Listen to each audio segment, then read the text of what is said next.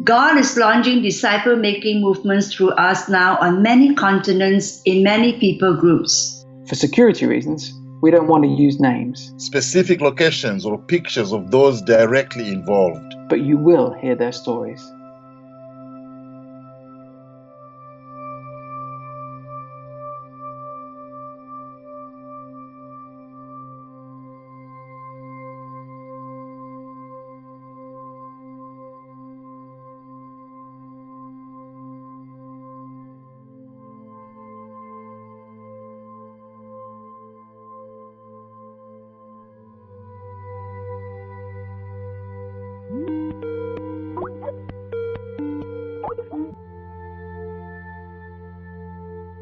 My country was under Russian communism for 70 years. We were not allowed to have any kind of religion. Many of us believed in Buddhism secretly, and when the communist regime collapsed, we embraced democracy.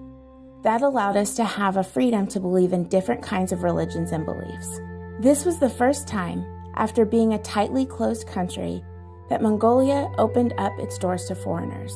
Many missionaries came to Mongolia, and I heard the gospel for the first time and became one of the first believers in the country. I became one of the first Mongolian Christians. In September 1992, in Erdenet, the third largest city, a team set out to launch a disciple-making movement, and I joined them. From the beginning of the movement, they always challenged us to go to the neighboring villages, countries, and cities to reach unbelievers. Within a couple years, we had planted several different daughter churches outside of Erdenet. The missionaries also taught us about the 1040 window, where most of the unreached people groups live. We started praying for them and even made plans to send Mongolian missionaries westward into Central Asia. A few years later, we did.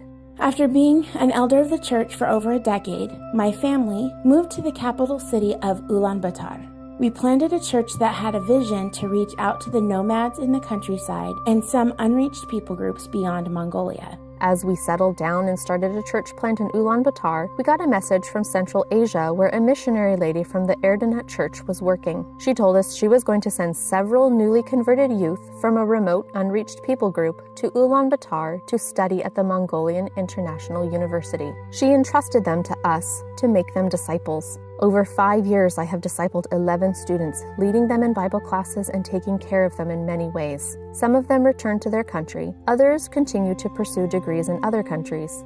In 2012, our church started a daughter church in Inner Mongolia. We trained 2 leaders, and for the last 5 years, my husband visits regularly. Now the church has almost a dozen disciples gathering together in secret every week. In Inner Mongolia, during those years, one time, the police scattered the church. They forbid them to meet anymore. On another occasion, a false teacher stirred up the church. Only the church's 2 leaders remained. The others followed the false teachers. Thankfully, since last year, the leaders started the home church again, so it's going well.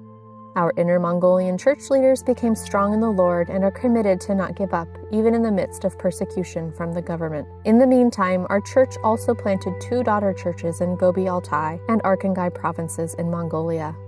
We are grateful that the missionaries listened to the call of God to come to Mongolia.